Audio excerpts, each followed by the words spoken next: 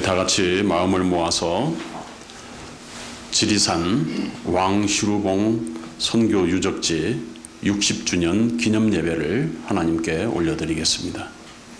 다 같이 기도하시겠습니다. 하나님, 저희가 오늘 지리산 왕슈루봉에 올라 거룩한 주일 예배를 하나님께 올려드립니다. 저희가 올려드리는 이 예배를 받아 주시옵소서. 또한 저희가 이 예배를 드리는 동안 하나님의 임재를 체험할 수 있도록 하시고, 말씀으로 감동과 감격으로 저희가 나아갈 결단할 수 있는 시간이 되도록 축복하여 주시옵소서. 함께하여 주실 줄 믿사옵고 모든 말씀을 예수님 이름으로 기도드립니다. 아멘. 찬송가 94장 함께 드리겠습니다.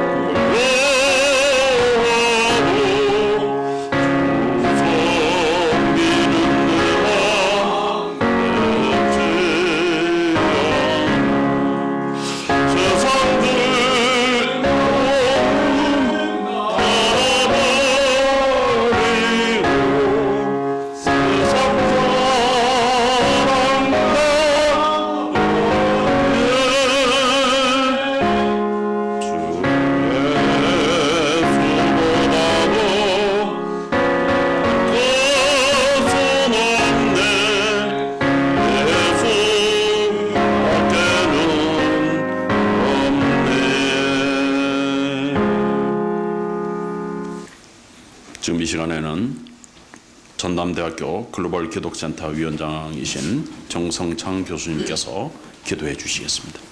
네, 기도드리겠습니다. 하나님 아버지, 감사합니다.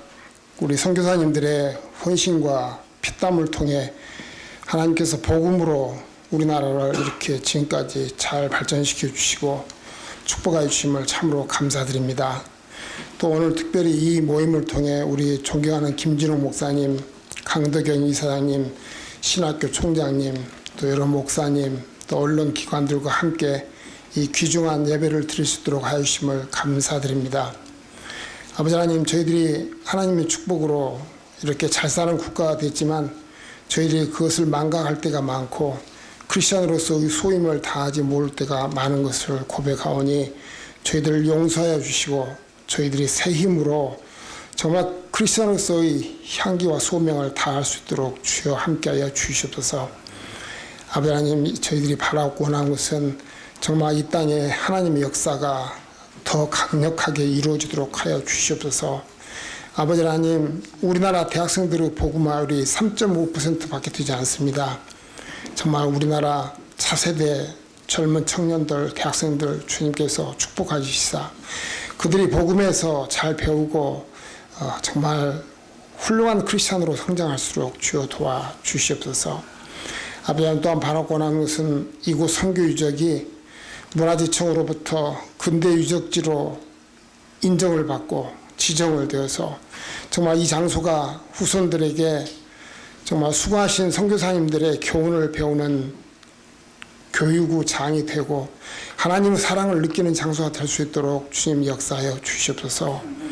오랫동안 노력하고 준비하였지만 정말 한 걸음 한 걸음 갈 때마다 하나님의 손길을 느끼며 봉사하고 있습니다. 하나님께서 더욱 함께 해주셔서 이 장소가 귀한 유적지가 될 수 있도록 주님 도와주시옵소서. 또한 어제부터 시작하는 오늘까지 하는 이 프로그램 위에 하나님 함께 해주셔서 이곳에 참석하신 모든 분들이 하나님의 뜻을 잘 깨달아 알고 하나님의 뜻을 쫓는 자들이 될 수 있도록 주여 도와주시옵소서. 감사하며 예수 그리스도 이름 받들어 기도를 삼나이다. 아멘. 감사합니다. 오늘 우리에게 주시는 하나님의 말씀은 사도행전 16장 6절부터 10절까지입니다.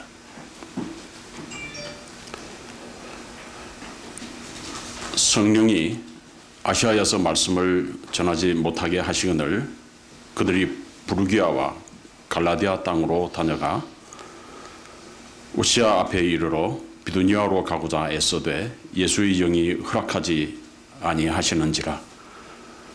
무시아를 지나 두로아로 내려갔는데 밤에 환상이 바울에게 보이니 마게도냐 사람 하나가 서서 그에게 청하여 이르되 마게도냐로 건너와서 우리를 도우라 하거늘 바울이 그 환상을 보았을 때 우리가 곧 마게도냐로 떠나기를 힘쓰니 이는 하나님이 저 사람들에게 복음을 전하라고 우리를 부르신 줄로 인정함이러라. 아멘. 지금 이 시간에는 그 김현지 교수님께서 특송을 해 주시겠습니다. 내 평생에 가는 길 외에 한 곡이 되겠습니다.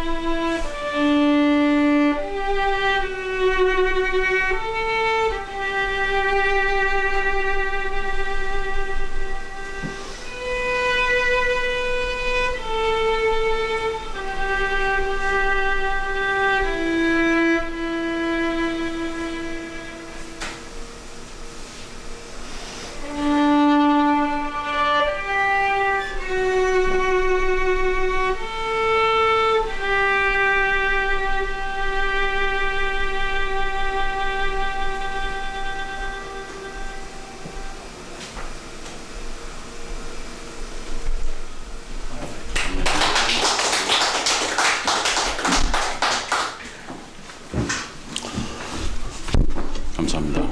지금 이 시간에는 신광 두레교회와 두레 수도원의 원장이신 여러분 사랑하시는 우리 김진홍 목사님 나오셔서 한국 선교사들의 이야기라는 제목으로 말씀 전하시겠습니다. 많은 은혜 있으시기 바랍니다.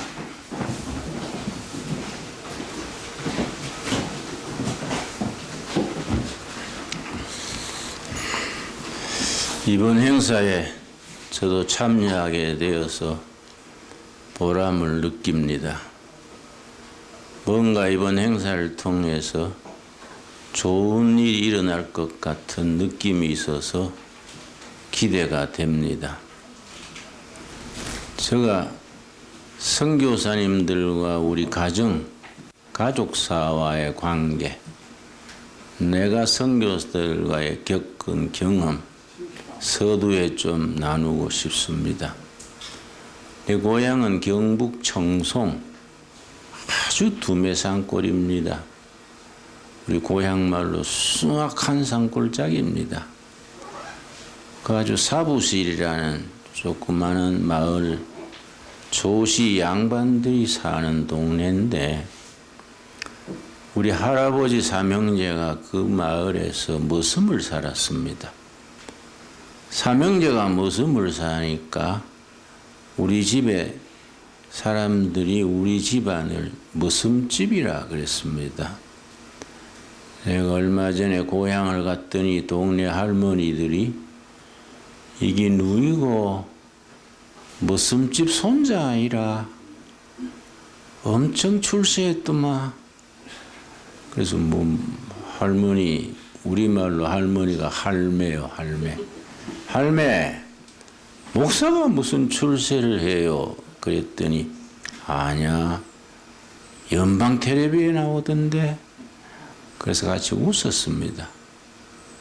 근데 그 우리 직계 할아버지가 삼형제 중에 세 번째 막내 저 할아버지인데 여름에 무더운 날 논을 매는데 미국 선교사가 지나다가 논둑에서 할아버지를 불러냈어요.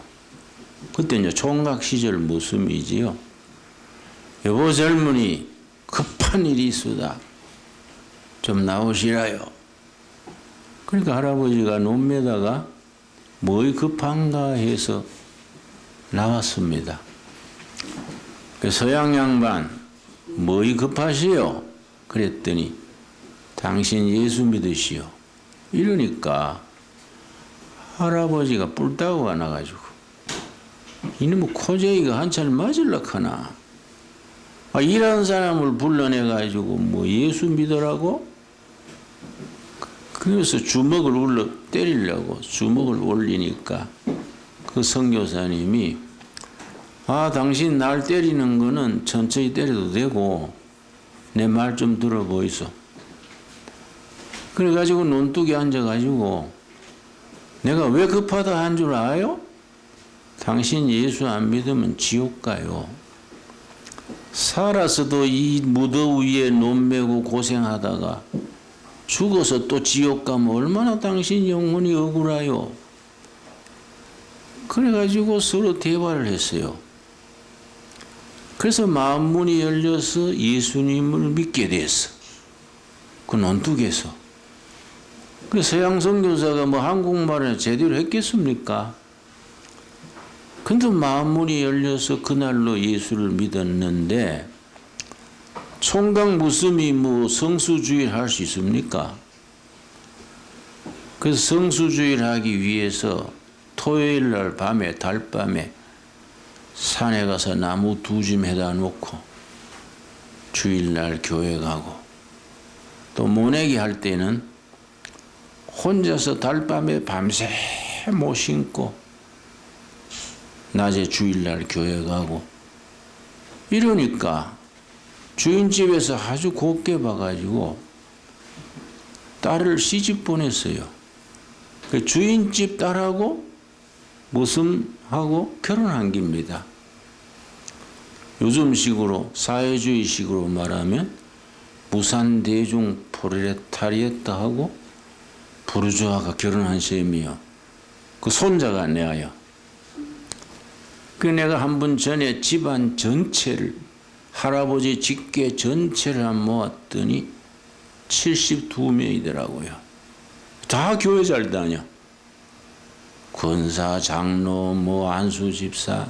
그래서 그 무슨 한 사람이 예수 믿음으로 후손들 72명이 다 교인이 된 거예요. 또 그 중에 목사는 나 하나라서 내가 이제 예배도 인도하고. 그래 우리가 집안이 그렇게 기독교 집안으로 시작된 거지요. 우리 집안은 예수 믿어가지고 참 팔자가 핀 집안이지요.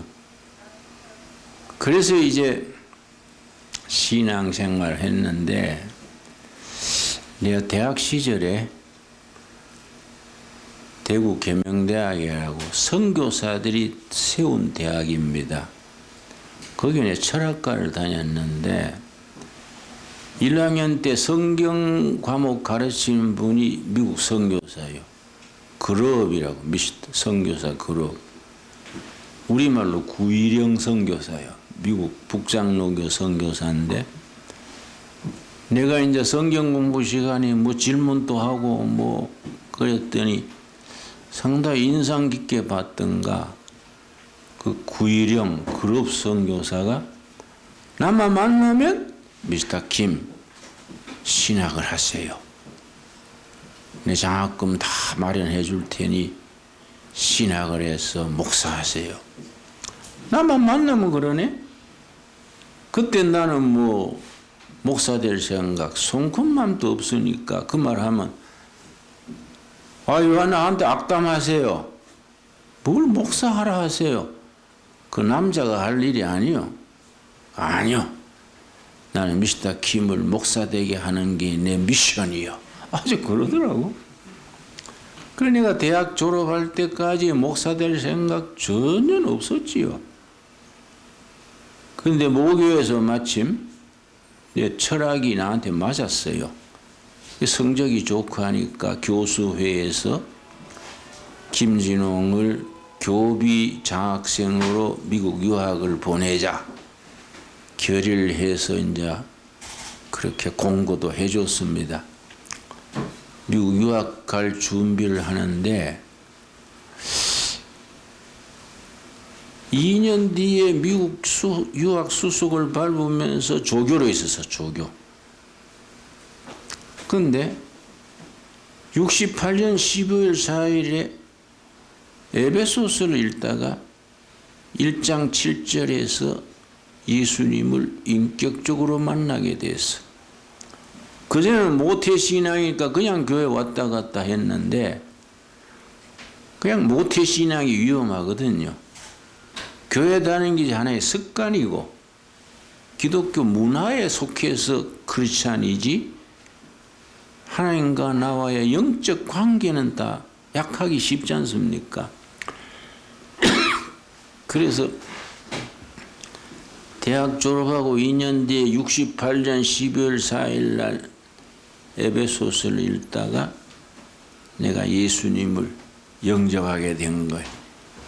복음의 팩트를 깨달은 거예요. 그 내가 막 감격해가지고 예수님이 다 구원을 이루어 놨는데 내가 괜히 철학 속에서 뭘 찾아보려고 방황하고 예수님이 다 이루어 놓으신 구원을 내가 받아들이면 되는 긴데 그렇게 방황하고 헤맸구나. 68년 12월 4일 밤인데 너무 감격해서 손뼉 치며 눈물 흘리면서 그날 밤을 참 기쁨으로 지내고 그 다음날 내 미국 유학 수속하던 서류 전부 쓰레기통에 던져버리고 신학을 간 것이요. 그 내가 신학 가기 전에 구일영 선교사 나한테 학생 시절에 만날 때마다 신학 가서 목사하라고 권하던 구이령이 우리말로 선교사를 찾아갔어요. 선교사님, 내가 참 예수님을 영접하고 신학 가기로 했습니다. 그게 5월 달이에요. 그랬더니 얼마나 기뻐하는지. 미스터 킴, 아주 신학교 입학하려면 내년에 연말 시험 치고 내년에 가니 그 시간이 있지 않냐. 저 시골에 목회자 없는 교회에 추천할 테니 그것을 전도사 1년 하다가 신학 가라고. 그래 권하더라고요. 그것도 좋을 것 같아서 내가 자격이 될까요? 내가 보증한다고. 잘할 깁니다. 구일영 선교사가 자기 집차에 내 짐을 싣고 시골교회로도 데려다 줬습니다. 달성군 목당교회라는 곳에 데려다 줬는데 교인이 농촌교회 한 30명 되더라고요. 목회자가 없는 교회예요. 그것은 신학 가기 전에 1년 목회를 한 겁니다. 근데 목회할 줄도 모르고 내가 낮에 가정방문 신방을 갔는데 5월달이 모내기 농사철이잖아요. 가정방문 갔더니 다 들에 일 나가고 강아지밖에 없어.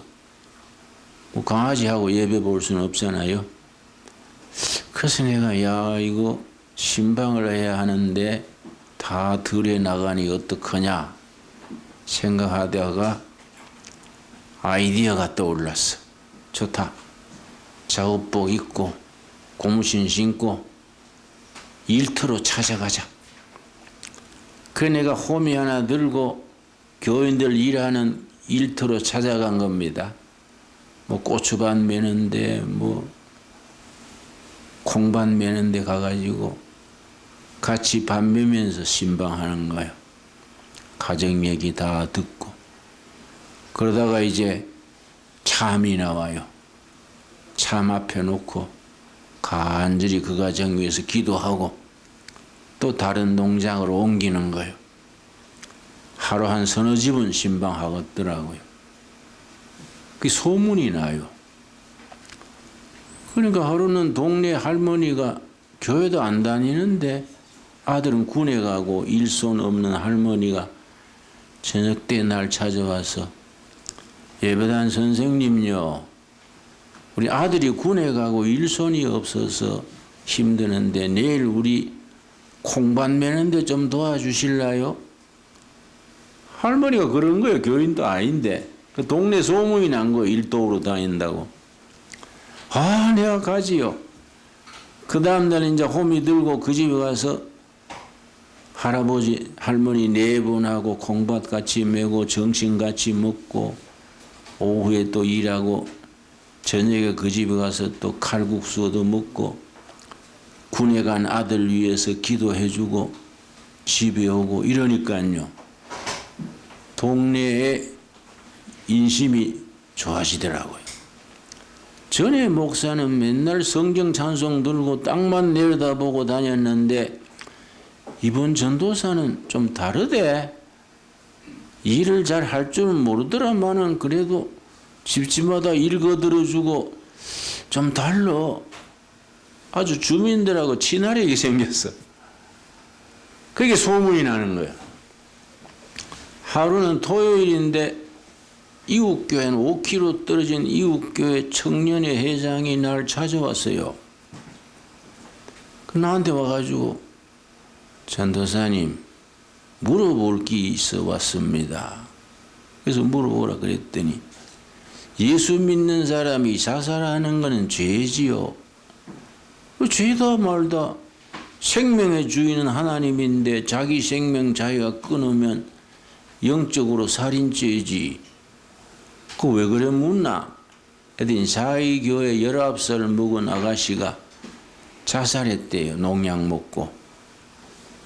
근데 그 목사님이 굉장히 너무 보수적이라 믿는 사람이 자살한 건 그거는 되냐? 그렇게 교리 어기고 자살했는 시체에 내가 장례 못하겠다.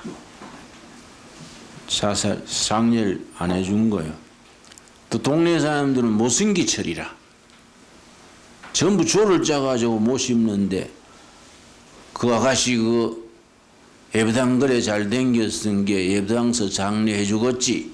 그리고 교회를 미루고 교회에서는 장례 교리 어겼다고 안 해주고 같은 교회 다니던 청년들이 그 집 앞에 왔다 갔다 하다가 날 찾아온 거예요. 소문 듣고 온 거지. 내가 그 말 듣고 딱 해서 그 참 딱하네. 그래 교회 그렇게 잘 다니던 아가씨가 왜 자살했을까? 그랬더니 사정이 딱해요. 아버지는 정신 이상자고 엄마가 참 정신 이상자고 아버지는 술주정꾼인데 술독에 빠져 살아요. 혼자서 고생하다가 못 견뎌서 자살한 것 같아요. 그냥 그 말들이 마음이 짠해서 그럼 자살한 건 잘못했지만은 내가 가서 장례하지. 내 혼자 할 수 있나? 자네들이 도와줘야지. 그랬더니 그 청년의 회장이 그래요. 우린 도와드리겠습니다마는 교리 어기고 자살했는데 장례해도 될까요? 자기의 목사 하던 말 그대로 되풀이하는 거예요. 그 내가 말하기를 야 이 사람들아 그거는 프로들이 따지는 기지 우리는 아마추어 아이가. 나중에 천국 가서 예수님이 김진홍 너는 왜 교리 어기고 죽은 아가씨 왜 장례했냐? 예수님이 꾸지람하시면 내가 대답하지 뭐. 예수님 나 교리 몰라가 했습니다. 뭐 배째락하고 나가지 뭐. 믿음으로 구원받는다 그랬는데 뭐 장례 잘못했다고 천국에서 쫓아내겠냐? 사실은 그렇잖아요. 그랬더니 청년들이 이제 셋 와가지고 나하고 갔더니 농약 먹고 죽을 때 피를 토했어요.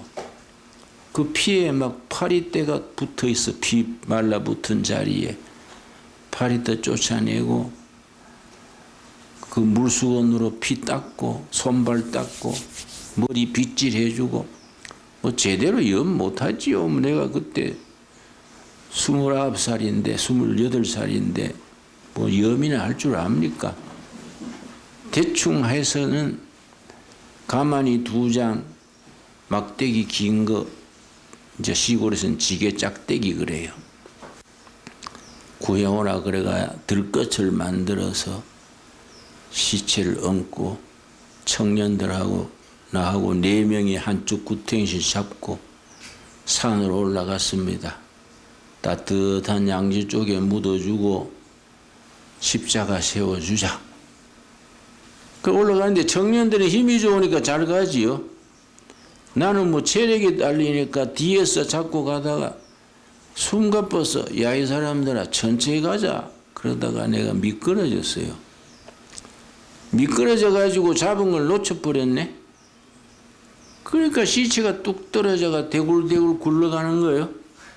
내가 어떻게 미안한지 하고 보다가 시체가 뒹굴다가 소나무 그루터기에 탁 부딪혀서 멈추었는데 그 소나무 그루터기에 부딪히는 반동으로 가슴에 품고 있던 성경이 툭 튀어나왔어.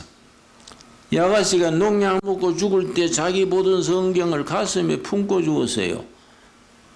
한복 치마가 가슴께 묵잖아요. 가슴을 묶으면서 성경을 품고 벌떡 메고 죽은데 내가 그걸 못 챙긴 거지. 뭐 제대로 염을 안 했으니까. 이게 반동에 튀어나온 거예요. 내가 아차 싶어서 내가 성경 주워 들고 아이고 성경 가슴에 품고 죽는 마음으로 참고 견뎠으면 좋은 세월이 올지도 모를 끼인데 참 마음이 아프더라고요. 그래서 성경 챙기고 아가씨 안고 올라가서 양지 쪽에 구덩이 파고 시체 넣고 가슴에 성경 얹어주고 같이 묻어줬어요. 그 소나무 잘라가 십자가 앞에 세우고, 야, 이 사람들아, 그래도 기도하고 가자. 청년 3명하고 나하고 손잡고 기도를 하는데 참 기도하기도 난처해요. 내가 떠듬 기도하기를, 예수님, 이 아가씨 천국 좀 들여보내 주십시오. 교회에서 배운 교리로는 자살해서 천국 못 간다고 배웠습니다마는 예수님 예외가 없겠습니까? 너무 딱하잖아요. 천국 가면 만나게 해주세요. 떠듬 뭐 기도 같지도 않지요. 그거 뭐 제대로 문장 맞춰서 기도할 수 있습니까? 떠듬 뭐 앞뒤도 안 맞는 기도를 하니 청년들이 주저앉아가 우는 거야. 그 아가씨 이름 부르면서. 그렇게 힘들었으면 얘기를 하지. 교회 오면 맨날 씩씩하고 웃기더니 그렇게 힘들었냐고 울어요. 울기 시작하니까 끝이질 않아. 그래 내가 등을 밀면서 내려가자 해진다. 내려가자. 청년들 데리고 내려오다가 그래도 본댁에 가서 어디 묻었다고 얘기는 해줘야지. 그 생각하고 그 집에 들어갔습니다. 갔더니 낮에 장례 준비할 때는 보이지도 않던 아버지 같은 분이 시골 마당에는 멍석이 있어요. 멍석에 술이 이렇게 내가 들어 누워가지고 노들강변 백사장 뭐 이러고 있어. 어떻게 열받았는지 적어도 사람이가 저거. 응? 딸은 죽어가지고 장례를 못해가 이웃교회 전도사가 와서 하는데 애비가 내가 술독에 빠져가. 아이고 발길을 차버리고 싶어.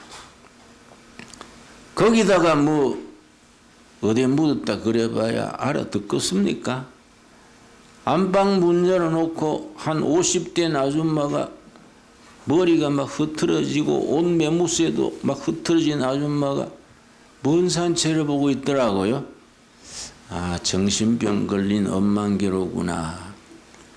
그래도 정신병이더라도 딸 어디에 묻었다고 얘기는 해줘야지. 그 생각하고 내가 앞에 가가지고, 아주머니, 내가 따님을 묻어주고 오는 길입니다. 어느 꼴짝이 아시지요? 그 시골에는요, 꼴짝이마다 이름이 있습니다. 뭐 피약골, 뭐 우목골, 무슨 꼴이 있지 않습니까? 무슨 골 중간에 해 잘 뜨는 곳에 묻어놨구마요. 십자가 세워놨으니까 찾기 쉬울 깁니다. 한번 찾아가 보세요. 돌아서는데 나를 불러요. 하실 말씀 있으세요? 바짝 오라고 불러요. 그래 얼굴 앞에까지 갔더니 아무 소리 안 하고 자기 깔고 있는 돗자리요. 돗자리 한쪽 구탱이 들시더니 종이를 한 장 끄집어내서 나한테 주면서, 선상님 고맙습니다. 내 딸 묻어주시서 고맙습니다. 근데 보니까 돈이요, 돈. 돈이 돗자리 밑에 몇 년 있었는가 누렇게 색깔이 변해버렸어. 그걸 나한테 주면서 고맙다고. 이 딸이 그렇게 자살하는 거, 장례 못 받는 거 다 알고 있은 거예요. 내가 이제 묻어주고 가니까 고맙다고 자기 돗자리 밑에 깔고 있던 돈을 나한테 주면서, 가시다가 사이다라도 사잡수세요. 대접하고 싶다고. 근데 평생 잊을 수 없어요. 그 아주머니 눈동자를 봤을 때 인간 살아가는 괴로움, 인간 산다는 것의 서러움, 그걸 가슴에 전해지더라고.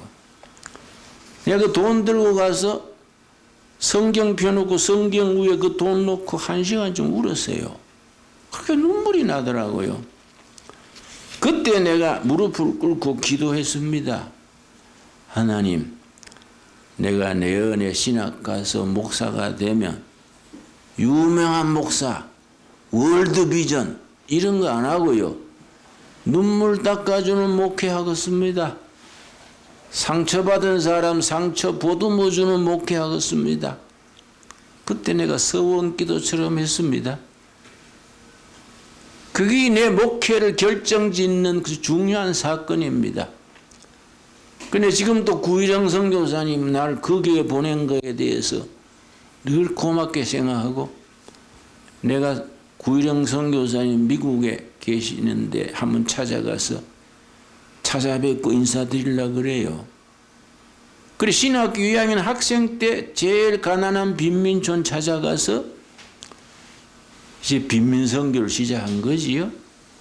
그 빈민선교 시작한 결정적인 그 모티브가 그 처녀 장례시간 그때, 그 나한테는 굉장히 중요한 사건이요.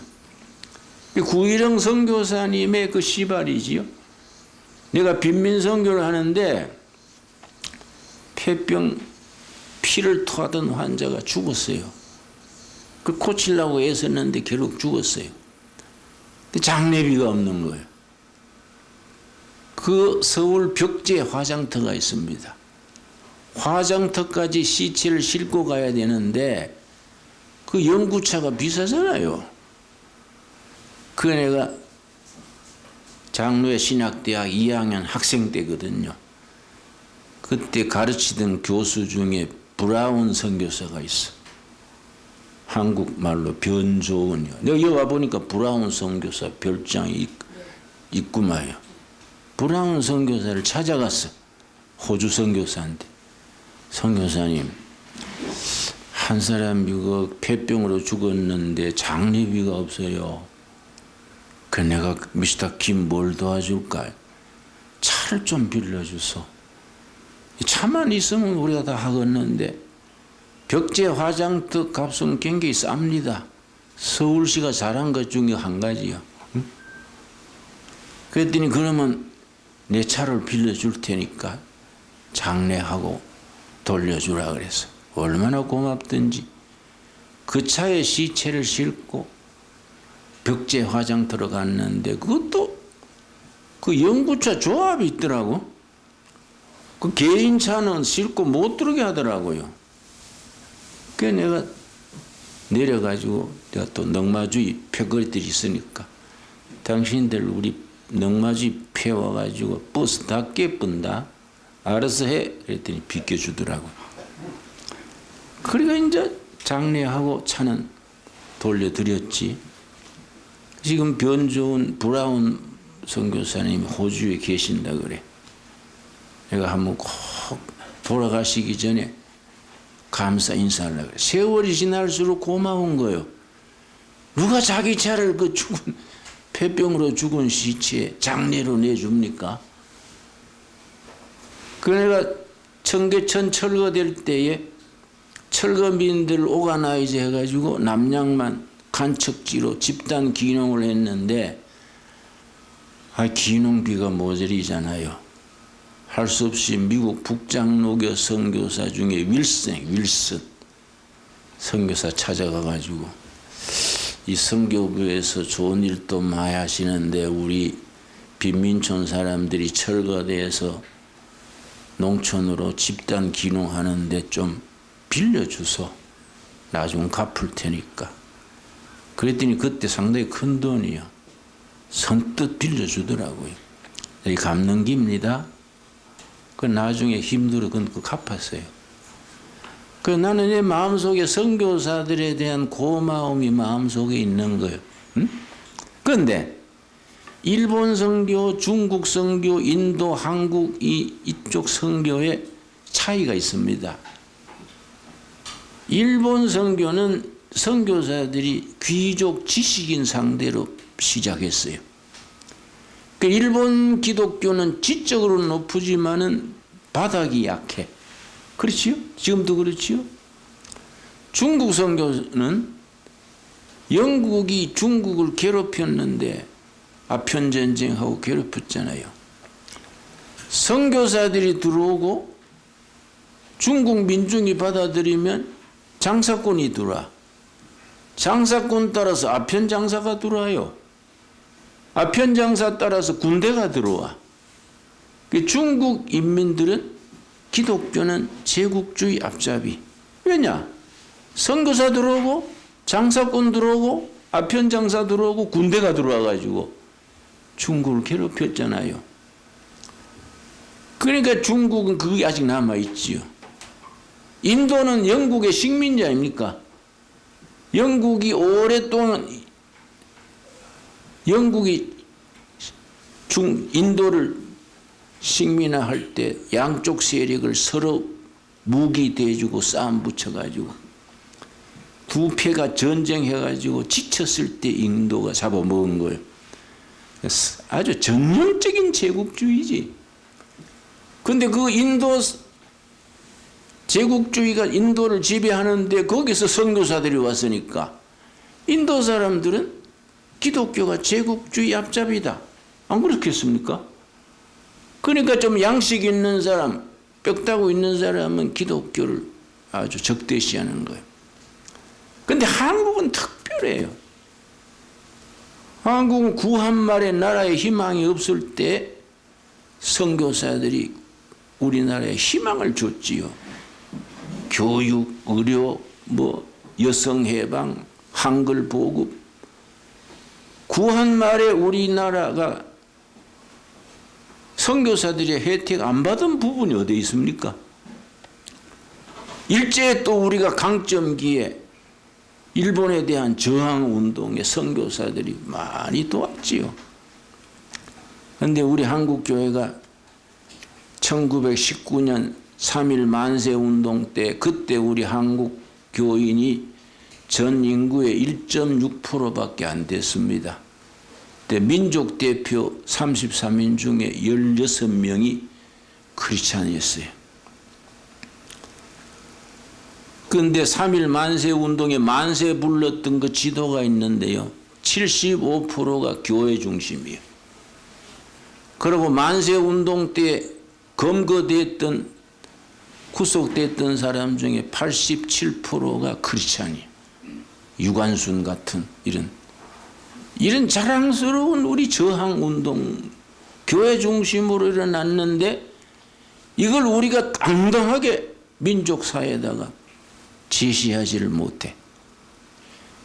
교회사와 민족사와 세계사가 이걸 균형을 이루어서 역사를 주관하시는 하나님의 섭리, 한국 기독교가 한국 현대사에 얼마나 지대한 공로가 있고 그 밑바닥에는 선교사들의 도움이 얼마나 컸는 걸 우리가 잘 알려야 돼요. PR을 해야 돼요. 그렇지요? PR이 뭡니까? 피가 나도록 알리는 게 PR이에요.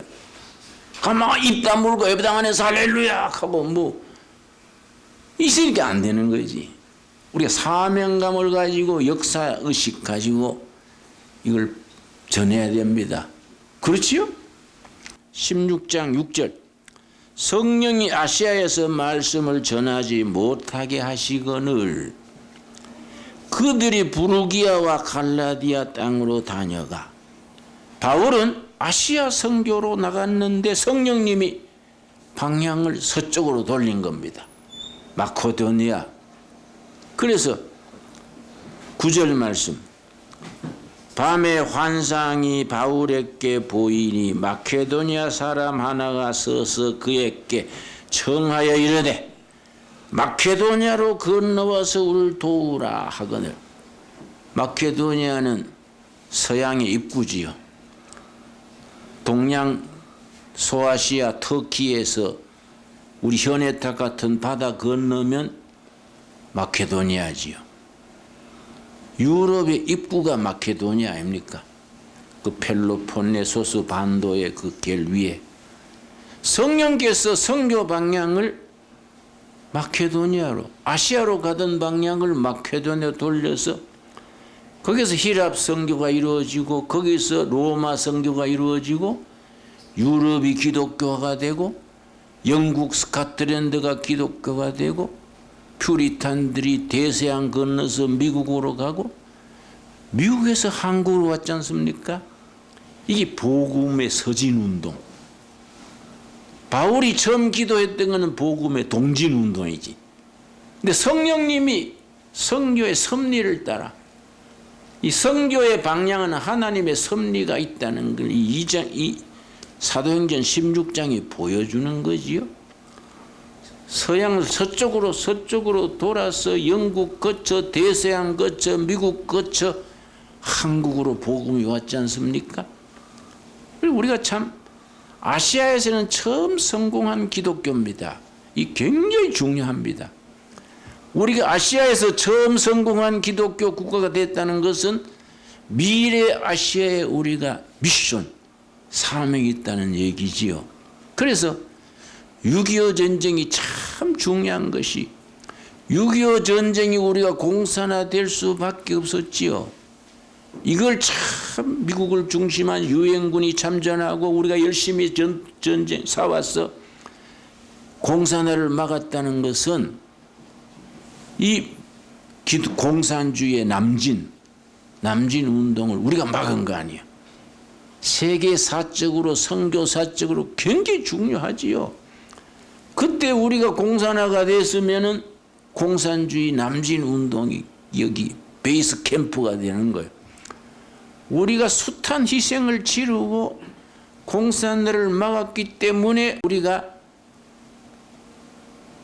공산주의 사회주의의 남진을 가로막아서 앞으로 서진 운동에 이어서 멈추지 않고 여기서 중국으로 인도로 아랍 세계로 거쳐서 베들레헴으로 되돌아가는 거야. 예루살렘으로 되돌아가는 거지요.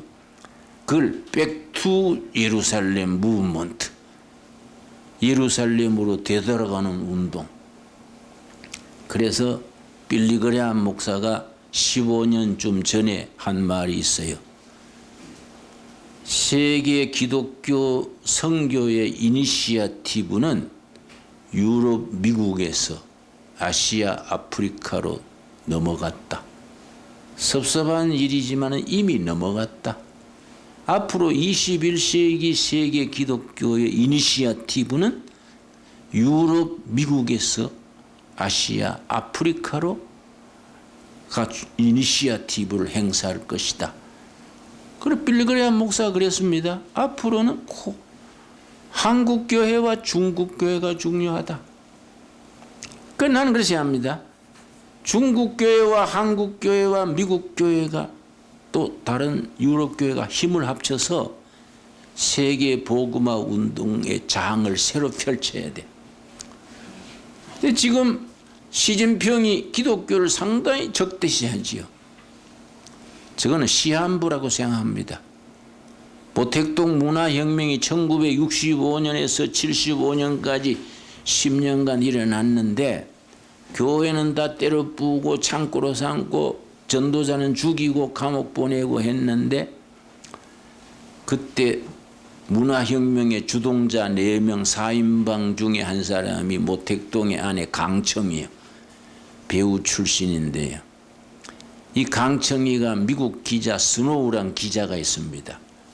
기자하고 만나서 대담한 내용이 있습니다.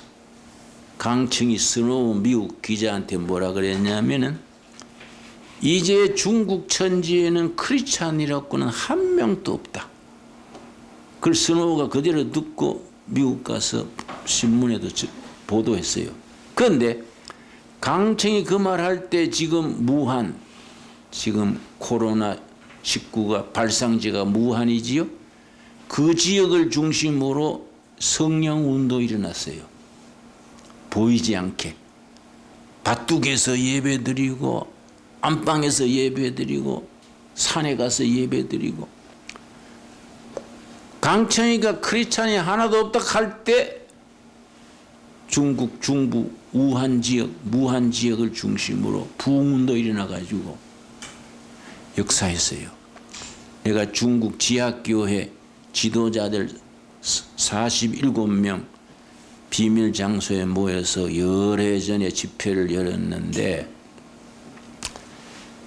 그 한 47명인가 모인 중에 25살 먹은 청년이 5만 명 콩그리게이션 대표로 왔어요. 쉬는 시간에 자네는 나이도 어린데 어떻게 5만 명 회중의 대표가 됐냐?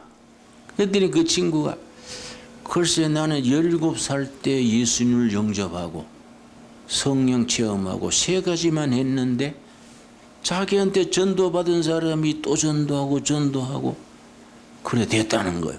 그 세 가지 경험이 뭐냐? 전도하고 밥 먹고 감옥 가고 세 가지만 했대. 전도하고 밥 먹고 감옥 가고 감옥 가서도 밥 먹고 전도하고 내놓으면 또 나와가지고 또 전도하고 밥 먹고 이걸 계속했는데 회중이 늘었다는 거예요. 그러니까 지금 시진핑 체제가 반기독교적으로 전체주의로 회귀하지만은 저건 시한부라고 봅니다. 왜냐? 복음의 서진운동 역사가 있는데 지가 감히 가로막겠습니까? 아멘 없어요? 우리가 그런 선교사적인 섭리사관을 가져야 돼요. 복음 역사의 승리라는 확신을 품어야 됩니다. 그런 점에서 한국교회가 엄청 중요한 거지요. 아시아에서 처음 선교에 성공한 나라가 됐다는 것은 이 앞으로 통일이 대한민국 헌법, 자유민주주의, 시장경제, 인권, 열린사회 주도로 통일이 된다고 저는 확신합니다. 그래야 복음의 서진운동이 완성이 되니까.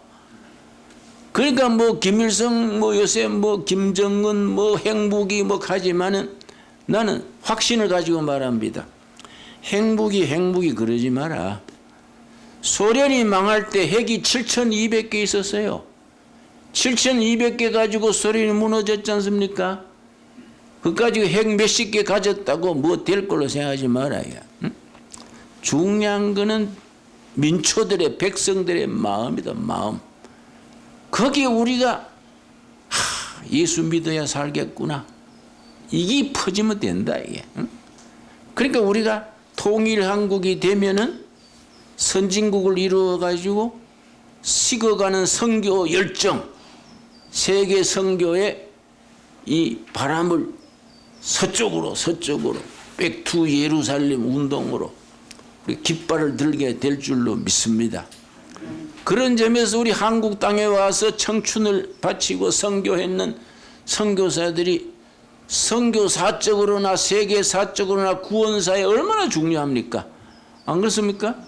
그 선교사의 자제 중에 우리 인요한 박사가 이렇게 열심히 뛰는 것도 그런 복음의 서진 운동의 한 최전선이지요. 그렇지요? 이게 프론트 라인이요 여기가. 이런 선교사들의 이 참 유적지를 이렇게 황폐하게 둔다는 건 우리가 부끄러운 일이지. 이거는 뭐 선교사들에 대한 우리가 그 예의로라도 살려야 돼요. 살릴 수 있습니다. 뭐 어디서 반대하고 언제는 반대가 없었습니까? 복음의 역사는 항상 반대는 있습니다. 반대를 그냥 양념으로 알고 웃으면서 극복해야지요. 여러분, 우리가 이렇게 조그마한 모임이지만은 본래 위대한 사건은 작게 시작합니다. 세상 일은 거창하게 시작했다가 점점 팽이처럼 오그라들지만은 복음의 역사는 나팔 역사예요. 조그마한 거지만은 점점 퍼져나가는 거이지요.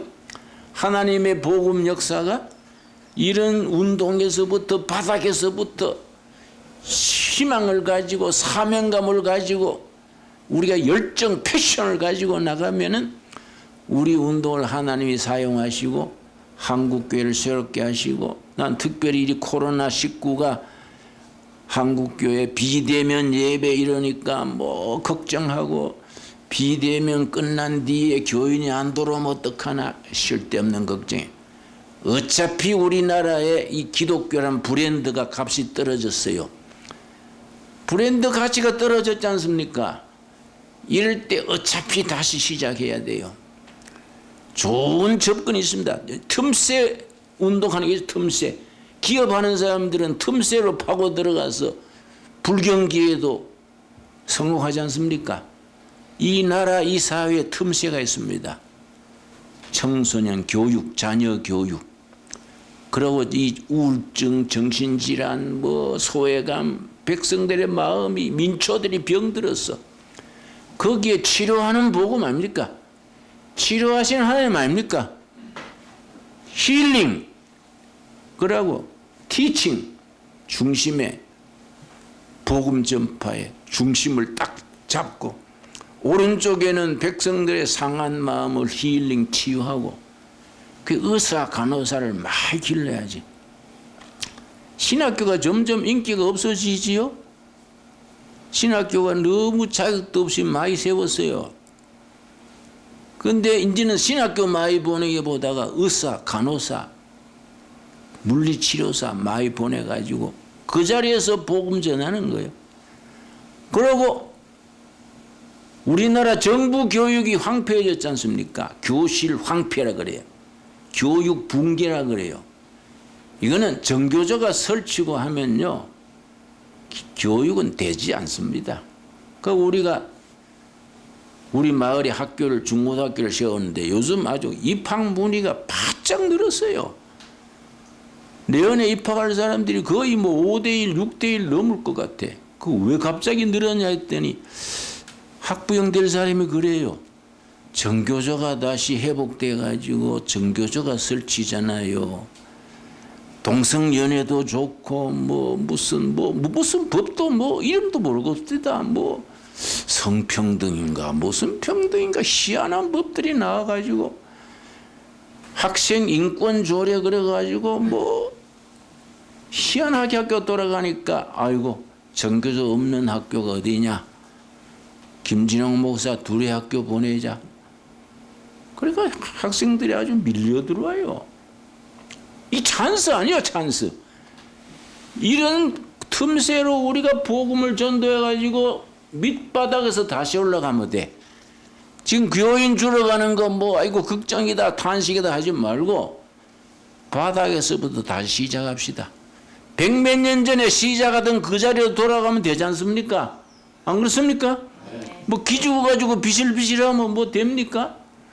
우리가 담대한 정신을 가지고 사도행전 16장에 사도 바울이 아시아로 나가는데 성령님이 아니다. 유럽으로 돌려라. 그래 마카도니아로 바다 건너가 첫 번째 교회가 뭡니까? 빌립보기 빌립보. 빌립보 교회 비단 장사 여자 한 사람 만나가지고 이름 뭐이지요? 응?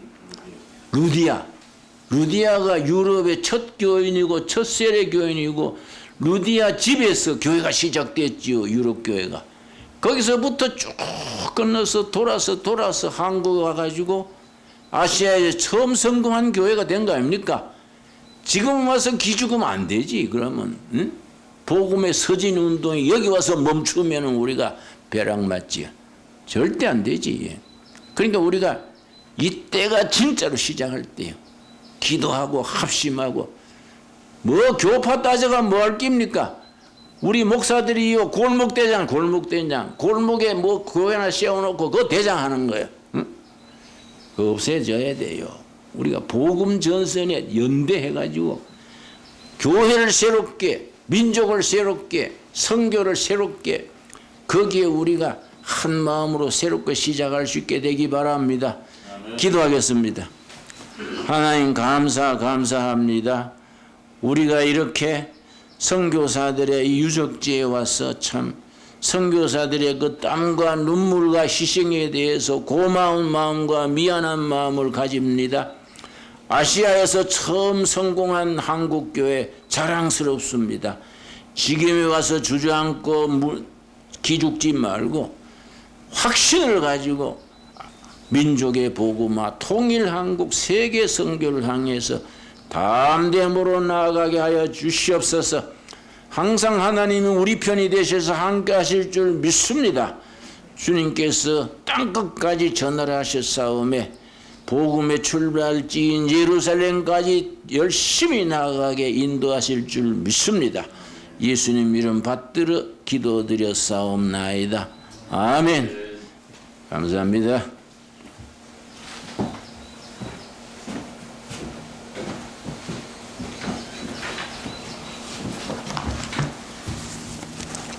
감사합니다.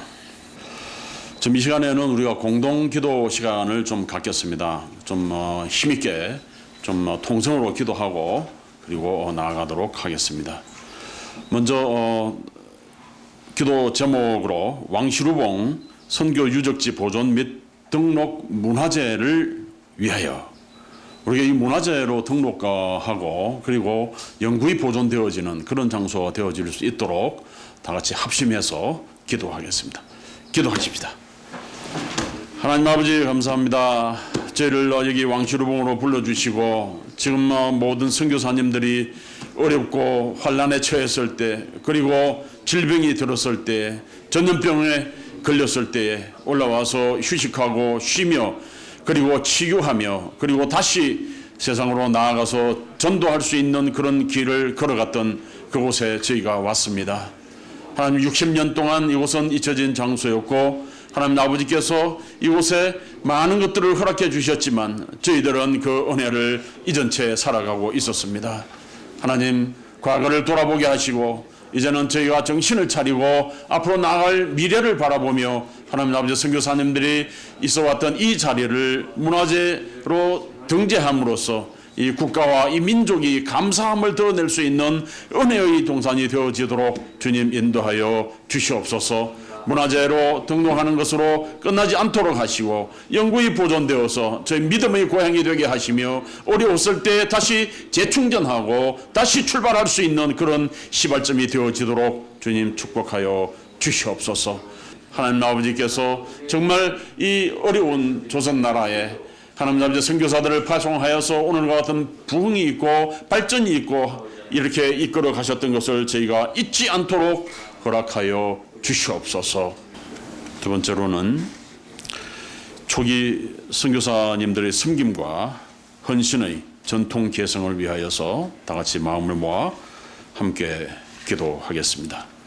하나님의 명령을 따라서 이곳에 왔사오며 하나님 아버지 그 명령을 지키기 위하여서 목숨을 걸고 전투적으로 선교하고 살았던 모습을 직접 보게 하시니 감사드립니다.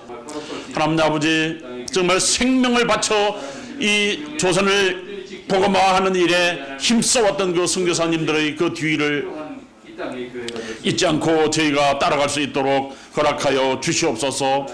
그동안 저희가 너무 무심하였습니다. 하나님 아버지 한 교회 한 교회를 귀중하게 생각하며 생명구령에만 저희들이 힘을 쏟다 보니 하나님 아버지 선교사님들이 얼마나 귀한 걸음을 하였고 얼마나 헌신하였으며 생명을 바쳐서 이 나라를 구해갔는지를 잠시 잊고 있었습니다.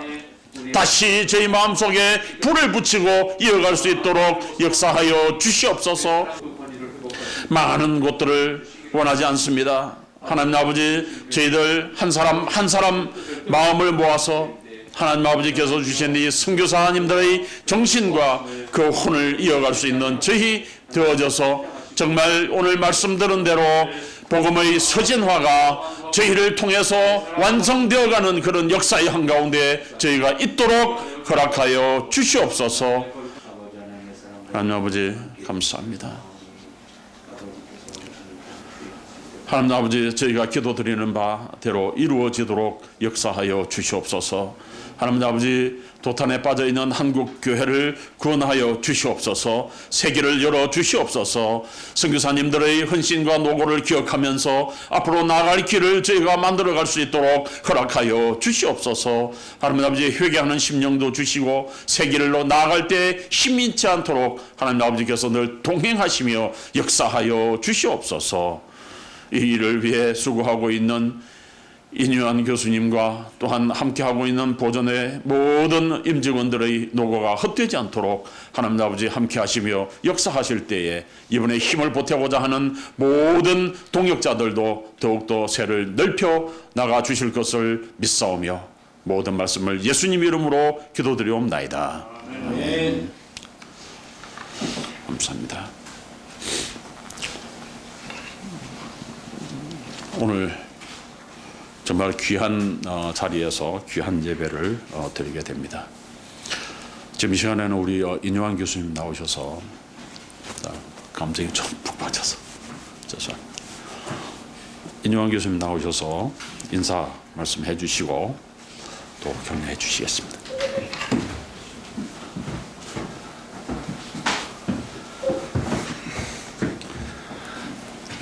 장로님 감사합니다. 오늘 너무 먼 곳에 오셔서 이렇게 관심 가져주셔서 감사합니다. 김진호 목사님 정말 이 큰 은혜를 오늘 입었습니다. 또 여기 오늘 그동안에 제일 많이 도왔던 우리 오 소장님한테 감사한 표현을 드리고자 합니다. 우리가 늘 다투고 싸우고 좀 의견 충돌하지만 항상 끝에 가서는 좋게 이걸 이끌어 나갔습니다. 제가 말씀드리고자 한 게 하나 있습니다. 짤막하지만 꼭 드려야 될 말씀이 있는데, 저는 국제보건의료재단 총재를 나중에는 이제 명칭이 이사장으로 바뀌었는데, 아주 어려운 아프리카와 아시아 나라들에서 일을 3년 동안 했어요. 1년에 그렇게 적은 예산도 아니에요. 400억씩 정부 산하, 보건복지부 산하의 재단인데, 새삼스럽게 그 굉장히 어려운 나라들을 다니면서 너무너무 뭐랄까요, 절실하고 너무 뭐랄까요, 절망적이고 그런 걸 다니면서 무슨 생각을 했냐면, 저희 조상들이 한국에 온 게 큰 축복이구나. 지난 50년 동안 지구상에서 이렇게 빨리 변하고 발전한 나라는 한 곳도 없습니다. 너무너무 여기서 살았던 자체가 특혜고 또 아주 축복이었습니다. 그리고 이제 저희 그 조상님들에 대해서 뭐 또 이곳에 오셔서 뭐 노고단 또 왕실봉에 오셔서 많은 치유를 받고 육체적인 정신적인 도움 받은 거 사실입니다. 앞으로 한국 교회의 목사님, 선교사님들이 똑같은 치유 또 영적인 치유, 건강도 육체적인 건강이 좋아지는 그런 터전이 됐으면 합니다. 우리가 믿음의 증거가 뭡니까? 하나님이 진짜 어려운 조선에 선교사님 보내주셔가지고 이 나라를 건국하고, 믿음의 증거죠. 그것도 6.25 사변에 낙동강까지 밀렸다가 살려주신 거 믿음의 증거죠. 하나님이 역사하신다는 게 믿음의 증거예요. 그 다음에 이러한 선교사님들이 이 나라에 오셔가지고 정치, 경제, 문화, 사회 모든 거 대한민국의 기초를 다 닦아준 것, 이 증거예요. 이 증거물로 남은 것이 왕실봉 이 건물 중에 그 중에 하나예요. 근데 우리 대한민국이 이렇게 하나님한테 은혜를 입었음에도 불구하고 이 믿음의 증거들 좀 지워버리려고 그러는 겁니다. 불교는 신라하고 고려시대 때 국가를 운영했죠.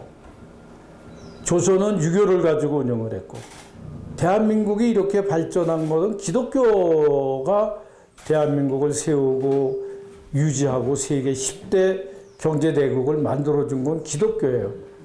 근데 유적지를 말살하려고 그러고 증거를 말살하려고 그래요. 이게 참 가슴 아픈 일이에요. 배신도 이런 배신이 없어요. 그런데 안 믿는 사람이 그렇다고 그러면은 이해가 가겠어요. 근데 우리 믿는 기독교인들 이 자체가 이거를 무시하고 이 증거들을 소홀히 한다는 거는 잘못된 일이다. 우리의 믿음의 기초, 하나님이 도와주신 그 고마움을, 증거를 지워버리려고 그러고 있다고. 목사님들도 관심이 없어요. 믿음의 증거들이 지금 너무 많이 도초해서 파괴되고 있어요. 뭐 여기뿐만 아니고 얼마나 많은데 풀로 전부 덮여 있고 흐물어져 가고 이렇게 되는 유적지. 이게 정신적인 유적지도 우리가 망각해가지만은 이러한 유물로 남은 데들도 다 무너져 가고 있고, 불교 같은 데들은 그렇게 국가 보물이다, 또 뭐 국가에 무슨 뭐 이렇게 해가지고 보조금이 엄청 많이 나가요. 근데 기독교가 대통령을 2명씩이나 배출했는데 왜 이렇게 스스로가 이렇게 배척을 했는지 참 이거 보면 좀 답답한 생각을 저는 갖고 있습니다. 믿음은 증거에서 나오는데 증거가 물적 증거가 이 왕시르봉 유적지가 그 중에 하나가 되지 않나 이렇게 생각을 합니다.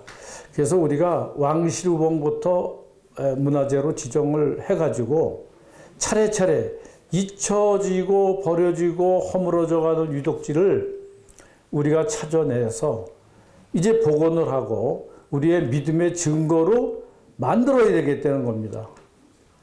그게 우리 기독교인들이 할 일입니다. 여태까지는 우리 유적지고 뭐고 교회가 이벤트화가 지금 너무 많이 됐어요.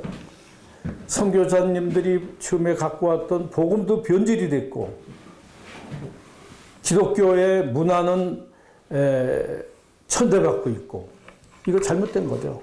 우리가 하나하나 왕시르봉을 기초로 해서 우리가 버려졌던 유적지 찾아가고 또 우리가 그것을 통해서 우리의 하나님의 믿음의 증거를 확실히 갖고 뭐 이렇게 가는 우리 기독교가 되어야 되지 않겠나 이런 생각을 저는 평상시에 많이 하고 있었습니다. 그래서 믿음의 증거다 여기는 이걸 꼭 살려야 되겠다 하는 생각을 저는 갖고 여러분들께 이렇게 같이 해주신 거에 대해서 감사 말씀 드리고 여러분께 다시 한번 감사 말씀과 하나님께 기뻐하시는 일을 우리가 이렇게 동참할 수 있어서 또 한번 감사드립니다.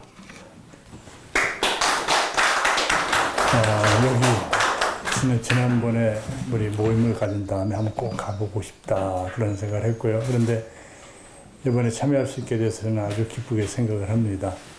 여기 와서 이제 제가 느낀 것은 굉장히 안타까운 생각들 다 부서져가는 그런 모습을 보면서 안타깝다 하는 생각을 했습니다. 그러나 저는 또 감사하게 생각했습니다. 왜냐하면 세계 어느 나라에 가든 최초의 선교 유적지들이 남아있는 데가 없죠. 근데 우리는 가지고 있는 거예요. 다 사그라지지만 남아있습니다. 이것을 이런 것이 있다는 것이 저는 얼마나 감사한지 모르겠다 생각하고 또 이것을 보존하기 위해서 시간을 내고 모든 것을 헌신하는 여러분들을 볼 때 하나님께서 참 기뻐하시겠다 하는 그런 생각을 했습니다. 이러한 그 귀한 유적을 지키고 보존하는 것은 하나님이 기뻐하는 것이다 생각합니다. 저는 이런 생각, 히브리서를 생각을 해봤는데 히브리서 13장 7절에 보면은 하나님 말씀을 너에게 가르쳐 준 자들을 너희가 생각하라 그랬는데요. 잉글리시 스탠다드 버전 보면은 아주 더 클리어하게 우리에게 얘기해 줍니다. Remember your leaders who spoke to you the word of God. 하나님 말씀을 너에게 전해준 자들에게 그들을 기억하라. 그리고 뭐라면 consider. 뭐를 기억하냐면 the outcome of the way of their life. 그들의 행동들, 그들의 한 것들을 다 생각해 봐라. 우리 참 이곳에 와서 주님을 위해서 수고했던 하나님의 종들을 우리가 기억하는 것, 주님이 기뻐하는 일이다 저는 생각하고요. 또 그들의 일들을 여기 와서 보면서 저는 많이 배웠어요. 이분들이 희생과 헌신, 그리고 무엇보다도 이분들이 절제하면서 산 모습들을 여기서 봤습니다. 저는 선교사들이 여기 와서 생활했기 때문에 뭔가 좀 다르게 조금 좋은 게 있겠지 하고 왔거든요. 와서 보고서 너무 참 아무것도 없는 그런 가운데서 생활한 모습들을 보면서 그들의 건강과 그들의 참 절약 이런 모습들을 보면서 또한 그들의 헌신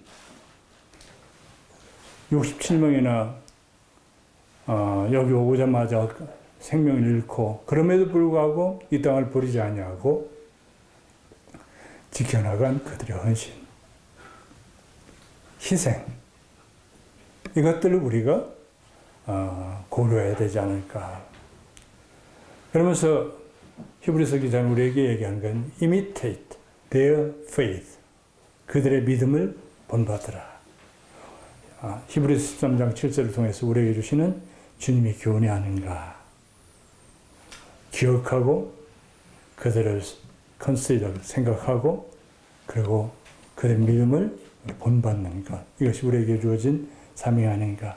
그래서 우리 전 김 목사님 주신 말씀처럼 이 땅에 다시 한번 하나님 나라가 다시 한번 살아나는 그런 역사가 이곳을 통해서 이루어질 것을 저는 기대하면서 아주 기쁜 마음을 가지고 내려가게 돼서 아주 기쁘게 생각합니다. 감사합니다. 제가 광고 말씀 드리는 이 순서가 되기 전에 앉아 있는데 계속 가슴이 뭉클하고 목이 메는 걸 느낍니다. 그거는 슬퍼서가 아니고 하나님께서 주셨던 스가랴 4장 6절 말씀, 힘으로도 능으로도 아니 되고 오직 나의 영으로 되느니라.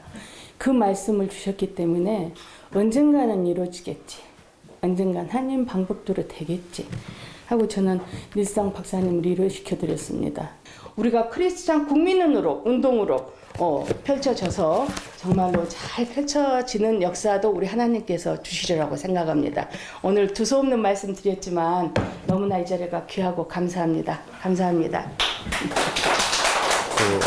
우리 순서에 따라서 설교 말씀으로 우리에게 감동을 주시고 나갈 방향을 제시해 주셨던 우리 김진홍 목사님 나오셔서 축도해 주시겠습니다. 다 같이 일어나 주시죠.